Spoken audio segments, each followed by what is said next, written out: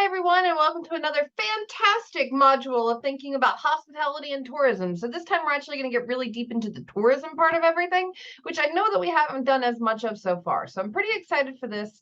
We're going to talk a lot about different types of recreation and attractions and the different types of tourism that people do, and hopefully you find it a good time. All right, so let's start off with the types of tourism. So remember that tourism is just travel for recreation or the promotion of some sort of arranged travel bit, right? So you have made a plan to go to a destination. Now, this has been heavily influenced throughout time, right? So we have like the pre-industrial age where travel was actually much more rare, but that's because there was just things were further apart. It was harder to get to. Then we had sort of the railway age, thinking about, okay, well, now we finally have rapid at the time, in the beginning of the railroad age, the average train was only going about like 25 to 35 miles an hour, but rapid at the time, like that was blinding speed. We had the railway age come in, and we started to have people who started traveling slightly further away from home. Instead of living and dying in one city, they started to move to different places. This is also where we saw a lot of the rise of industrialization, people commuting for work, and the use of railways for the idea of tourism or going to places where you hadn't been before. Then we moved more into the automobile era. So the automobile was, oh my gosh, I don't remember what year that it was actually created. I think it was like the late 1880s, and then became more popularized in between like 1908 and 1930, but I could be wrong with those dates. But once we had the rise of automobiles, Americans did very well with that, right? They took off, especially after the creation of the interstate highway system in like 1956 by Eisenhower. We started to see a lot more commuting. We started to see a lot more travel destinations. We started to see families that would take multiple weeks to be able to go and do road trips around the United States. Then we had the jet aircraft age, where we started to see more plane travel, which made this more rapid and the ability to go much further. And then cruise ships. Cruise ships have been around since a while, right? They have like a 150-year history. That has not been so great in the last couple of years, but it's an important part of the way that many people around the world have traveled for long periods of time. So let's think about travel ages. So, oh my gosh, this yellow is aggressive. I don't know why I chose this. I'm sorry. So the pre-industrial travel. Actually, let's see if can we make this darker? I don't know if it looks darker on your screen, but I hope so. All right. So pre-industrial travel kind of focused on going to key points, right? This was like back at the idea where people would travel to the Olympics by foot, right? Or you would have maybe tax collection services, and people would go to home cities or home states, and travel was very focused on key points or key events, a coronation, a new pope being elected, the Olympics. And this is what for a lot of human history we had, until we got to the point where we started having faster transit and the ability to move people in mass, right? So trains can move hundreds of people at a time. And that was a very, very big deal. So travel by train started to explode when it came online. And this is where we saw sort of the rise of scenic travel, especially among Europe, abroad travel, where people moved in between countries much more frequently. This is where we saw a lot of commuter and passenger rail lines, such as Amtrak, start to really develop their heyday. And from there, we got into more of the automobile age. So once the automobile became commercially available, cars provided huge advantages and sort of this flexibility of time. You could now take your trip on your own schedule, not on the train schedule, which is often late. I don't know. We're up north enough that the Amtrak mostly runs on time, but I'm from the South, and anytime I had to take the Amtrak from like Atlanta to Philly or anything like that, it was just lagging forever. You'd be lucky if you made it within 18 hours of what your original destination time was. So being able to live on your own schedule and see sites that you want and have this sort of accessibility to choose, that was a game changer for automobiles. And now travel by car is by far the largest of all segments of ground transportation in the tourism industry. This is also where we saw the rise of car rental services, because especially in large cities, it's very expensive to own and store your own car. So a lot of the time, that's where the original base for use of like Hertz, Avis, Enterprise, National, and Budget were. But then we also had, with the rise of flights, people needing to rent cars short term, and then we started having more location to location rentals. So We started to see the automobile age really spring up, and to the point where there was a demand for these temporary sort of arrangements. We also have things such as like travel by bus, right? That this tends to provide routes in between different cities and local routes and commuter services. And many people like this for their travel adventures, because many times you can go on a chartered bus service with 24 of your closest besties or complete strangers, either one, but you tend to see more scenic routes and have different places where you'll stop along the way. And then air travel. Air travel is a game changer. My utmost respect to the airline industries, because it's something that I've just been fascinated by for years, because the way that they have changed and the way that they have adapted is just something that we don't see in many areas of, well, not only tourism, of just industry in general, but popular forms of travel. But air travel does have many internal issues, right? It's very high labor cost. The starting pilot typically has a bachelor's degree and can make upwards of 180,000 to 320,000 starting out. Like, that's expensive. We have pension plans, fuel costs, lots of regulations, because for a long time the air travel industry was heavily regulated. And then the massive deregulation. This is where we saw a larger availability of flights, lower flight costs, and budget airlines starting to spring up. The profitability of air travel is really determined by this thing called load factor. Basically, out of all the seats you have flying that day, what percentage of them are filled? That's the idea of load factor. And that gives us a lot of information into what routes are viable. Why do we not have a flight from Atlanta to Morgantown? Because there's just not enough people who would fly it. The load factor would be very low. So these are things that we have to think about. Now, air travel has really changed.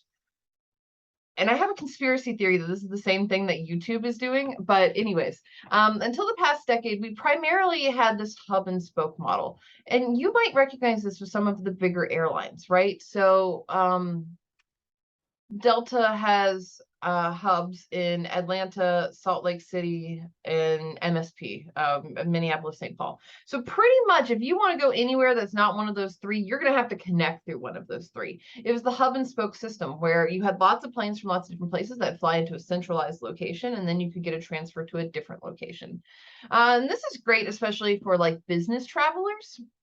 So this is why we still see it on some of the larger airlines. It's something that's still done by United, American, sometimes by Southwest. Southwest is also moving to the other system a little bit, and by Delta. So like the big four in the US are still doing a lot of this. But lately we've started to see the rise of low-cost budget carriers for point-to-point connections. The idea of like why there's a small little airport about 20 miles south of Morgantown, and it has 4 different flights. And those 4 flights all go to Florida, to destination places in Florida. It's just a point-to-point area. You're not going through one of these hubs. You're not having to change flights. It's because a lot of the time budget carriers are focused on being able to get people to destinations quickly, because it turns out you don't get a lot of time off work, and for a low cost. So these point-to-point operations are for more budget-aware travelers, but it's also just a system that we started to see a lot of the airlines start to switch to. It's something that was really keyed up by JetBlue and Spirit Airlines. Frontier really got into the game. Point-to-point service is growing, and now we're starting to see a couple of the larger airlines, such as like Southwest, start to get in on this.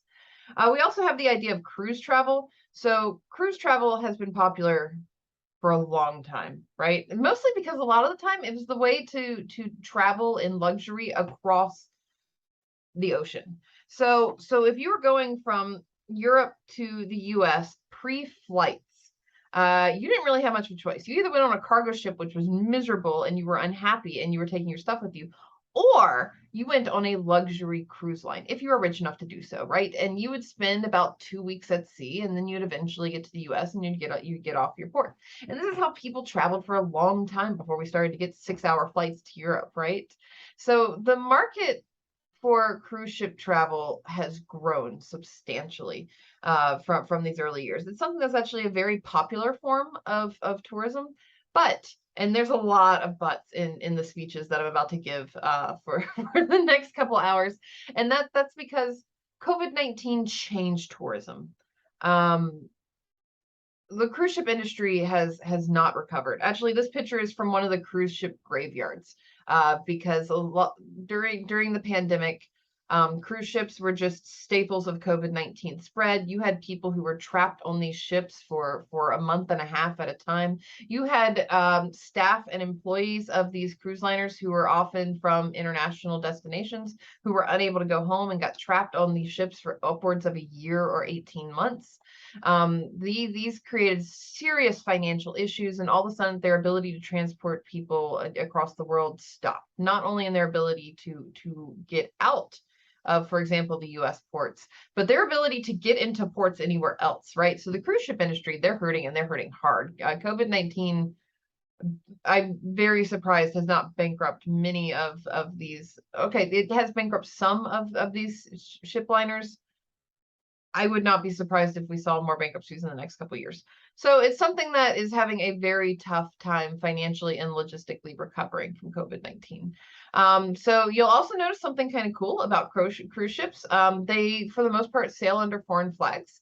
So there's only one cruise ship that I think actually has a U.S. flag, and it's because that is registered in the U.S.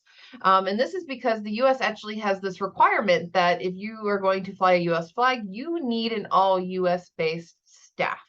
Well, it turns out paying Americans is very expensive, compared to many other places such as the Philippines, Taiwan, and many other countries that have more of a base of training people for this travel tourism life of living on a ship for 9 to 12 months at a time.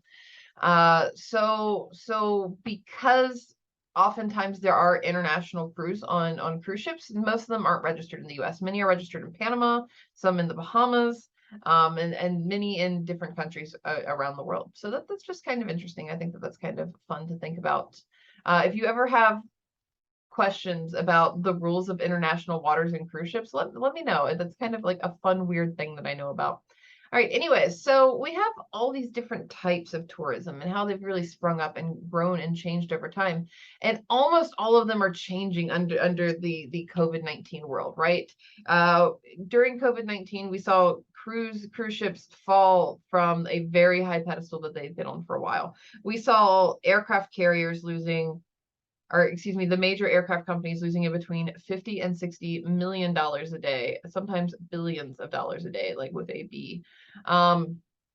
We saw the rise of automobiles and people really starting to go back to a road trip subsistence to be able to get from destination to destination. We saw Amtrak actually start to become more popular, especially in the Northeast again. That was kind of surprising, but I think it's because there's just different federal regulations, and you don't have the same protocols that you do on flights, especially places that have international flights. So we've seen tourism in all of these areas drastically change in the last 2 years.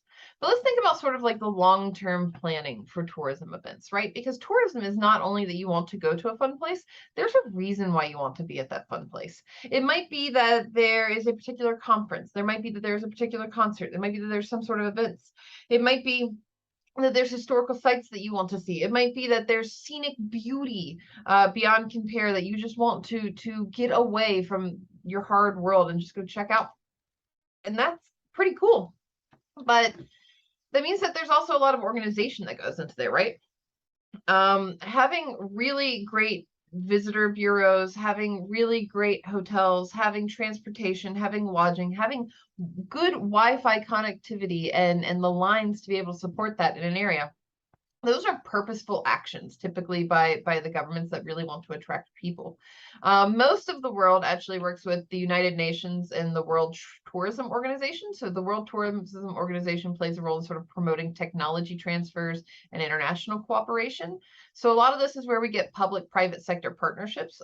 For example, the Eiffel Tower, right? The Eiffel Tower is partially privately owned, but also supported a lot through public funds.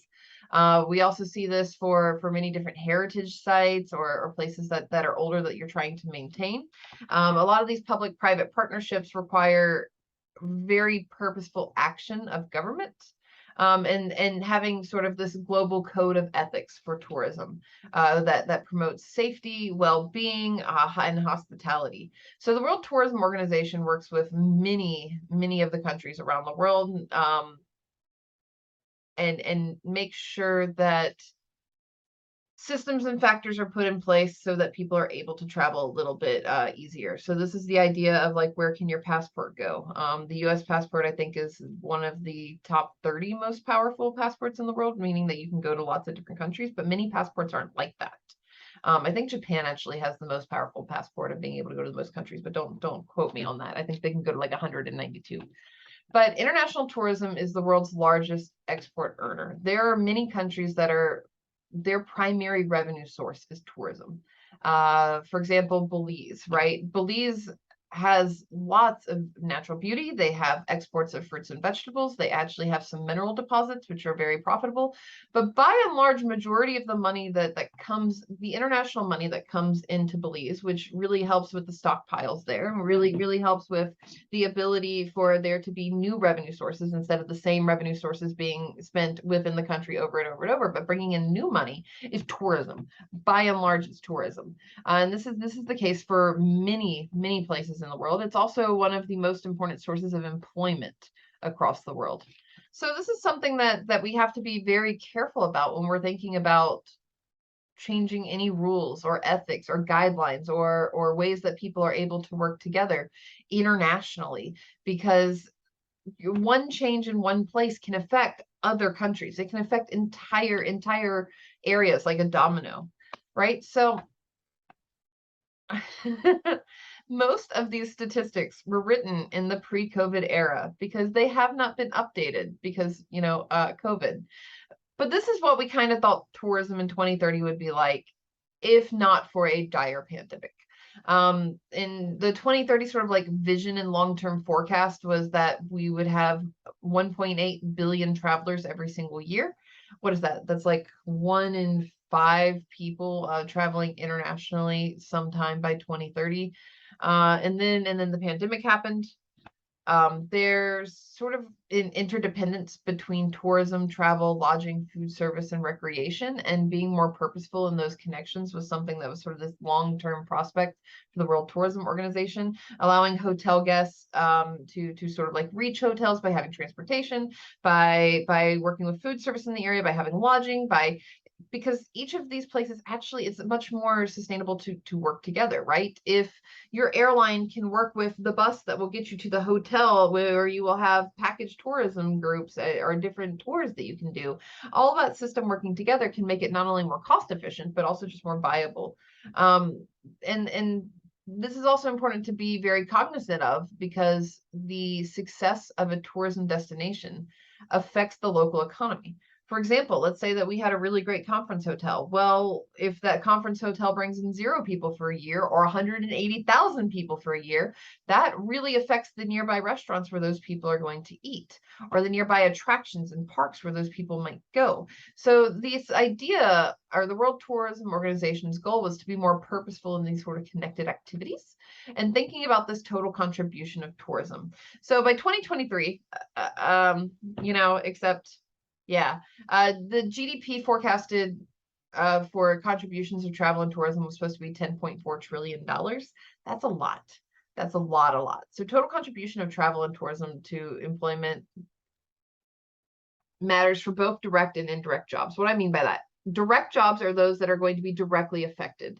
It's going to be the people who are working at those hotels. It's the people who are manning those flights. It's all of these direct hospitality tourism jobs. But that's not what impact is. Impact is not only this direct employment, it's also indirect employment. If I have 35 people working in my hotel, well, guess what? We're going to need a laundry service to maintain stuff for the 35 people. We're going to need the roads to be taken care of so those people can get into work.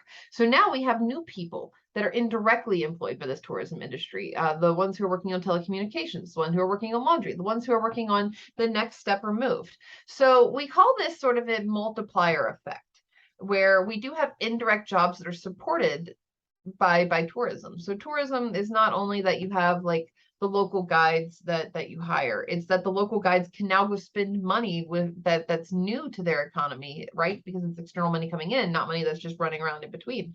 And that money can now be spent at local restaurants. That money can now be spent shopping. That money can now be spent, and it starts to grow the economy and actually support more jobs in the economy. So these sort of like indirect jobs, these are called the multiplier effects. Most multipliers in tourism specifically tend to be between 1.5 and 2. So for that basically means, let's say that there's a high enough volume of tourism to support having one additional person in a direct facing job.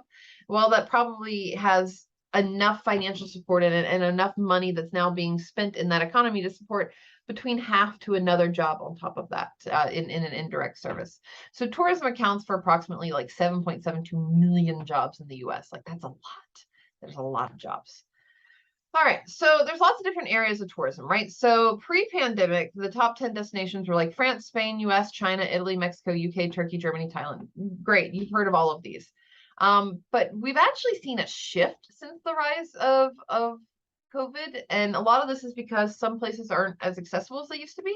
For example, getting to China and Thailand, there's many mandatory wait periods. There's many different visa restrictions that might actually preclude somebody from going there unless it's on official or business reasons. And because of these sorts of things, we've actually seen many high-income tourists sort of selecting into more remote areas, such as like Iceland. Iceland travel has actually exploded in the past 3 years. And the reason for that is because you can be mostly remote and there's really nice spas and you can go to places that are very fancy and nice for a relatively affordable price. And it's not really it was a huge tourist destination before, but not to the extent that we've seen it now, where people are trying to go to places that are more isolated, but also that are easier to get into from COVID visa restrictions. So prior to the pandemic, Asia was by far the largest travel market, and it was growing extremely fast. This has taken a seat back as they have most Asian countries actually have very restrictive COVID protocols still in place, but we expect that this heavy tourism and growing travel market to resume within the next 5 years or so. In many of these areas, we also have tour operators, so these are very popular. Right? The idea of like promoting tours and trips that are sort of planned and organized, because then you don't have to plan or organize everything. Having someone who's already knowledgeable about the area to be able to guide you. So most tours include some sort of travel accommodation, sometimes meals, sometimes land transportation, and have like some sort of sightseeing and insurance liability. Many of these are called destination management companies. Destination management companies are different from travel agencies because they're dealing with sort of the on the ground piece when you get to your destination. So this won't matter to you for another 10 years because right now you're at this cool part where you can go on a study abroad, right? And the study abroads, these are already sort of like managed destination trips. Many people 10 years down the line when they're out of college might say, you know, it's actually, I would love to go on one of these managed trips. I would love to go like tour all these interesting things. I would like to go tour the coffee fields and the factories, and I would like to go do this sort of volunteer work, and I'd like to hike this mountain, but I don't want to plan all of that myself. That's very expensive to do as a solo traveler. So instead, they might partner with a destination management company where you get paired with either your friend group, or maybe you might get paired with like 15 strangers, and you have all of your trips sort of organized out once you are there. That's called a destination management company. A travel agency, and this is actually kind of funny, they were largely dying out pre-pandemic. Like some of them were still together because like AAA actually brings in a lot of money from roadside assistance, and that supports a lot of the travel agency work that they did. Travel agency was something that was basically only used by the silent generation or the boomer generation.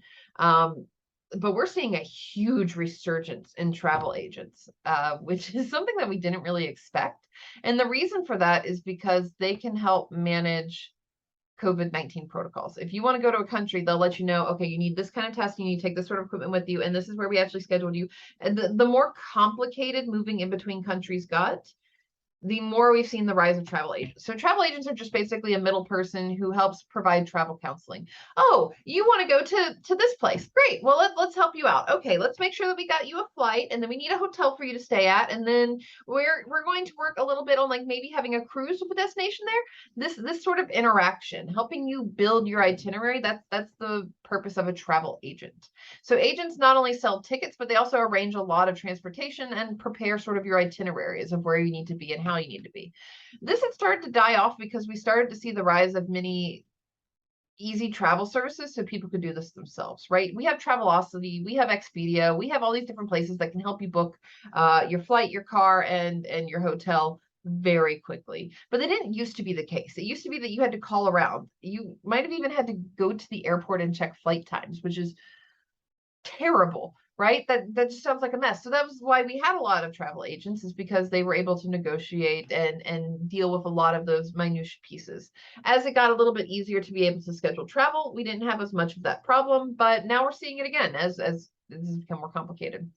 There's also lots of travel for other reasons, right? For example, business tourism and ecotourism. So business travel has been declining due to both economic reasons. It's very expensive to send somebody to a meeting across the world. Like, for example, I'm going to a meeting in Norway in a couple weeks.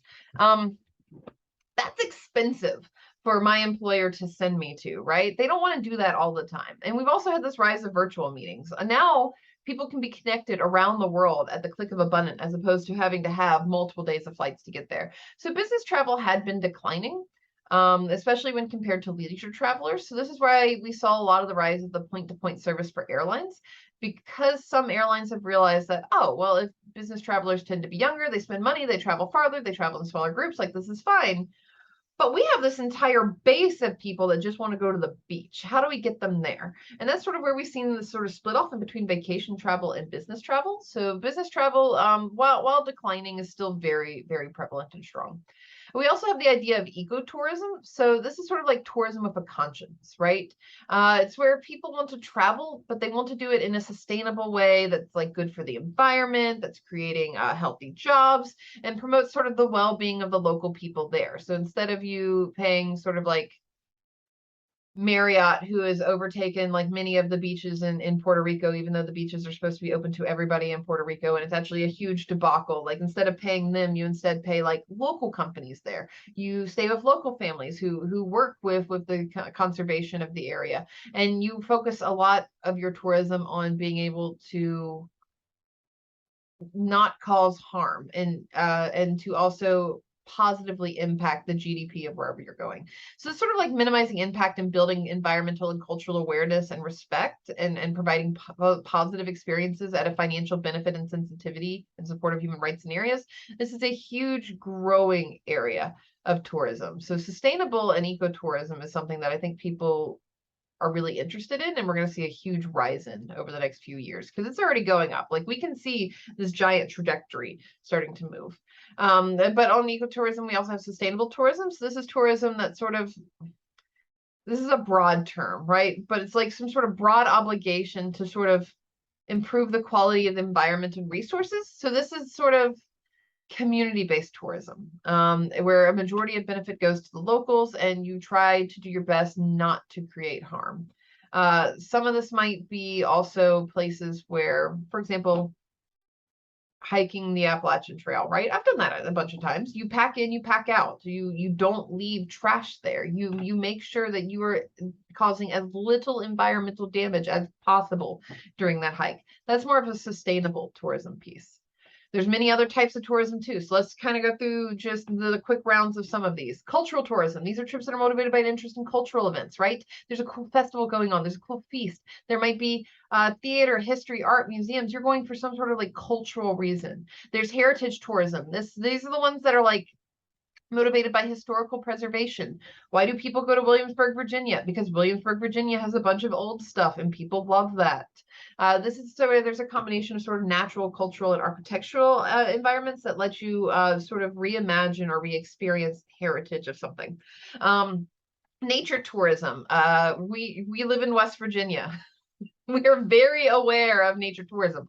Why do people come to West Virginia? Because West Virginia is absolutely beautiful, especially when the leaves change and you can go rafting and you can do all these cool things. Nature tourism is huge where we are, but most places experience as visits to national parks. Which I think we actually have one of the youngest national parks in the US. And it's that bridge that Bridge Day happens on, where you can like jump off the 350-foot bridge if you sign a lot of waivers. One Saturday in October, I think. Oh, Bridge Day is coming up. If anybody goes to Bridge Day, have fun. Anyways, culinary tourism. So there's lots of people who go to popular destinations like Florence or Bangkok or Paris, specifically for the food. These are more gastroeconomic tours. We also have volunteer tourism. So we see a lot of volunteer tourism. These are trips providing travelers with sort of alternatives to standard commercial vacation operations by giving them a chance to give back. So this one has had a lot of issues lately. So thinking about the sustainability of volunteer tourism. So there's been a lot of flack of like volunteer tourism where people are like, oh, well, you're not there to like actually do good. You're there to spend like one day with orphans and then like tear away connections from them. Or you're there to basically take Instagram pictures. And like, while this has been very, very true for some people, it is now caused kind of like a black mark on the volunteer tourism industry. But there's still a lot of focus on going to, for the purpose of like building homes or being able to help people be able to start localized businesses, being able to work on a lot of these volunteer projects. So volunteer tourism is hit or miss right now and requires a lot of cultural awareness and competence. So that's kind of like the different types of tourisms. Next, we're going to get into the different types of recreation, and then we're going to talk a little bit about gaming, because that's the weird one that doesn't really fit in anywhere, but it kind of fits here. All right, I'll see you in the next video. Bye.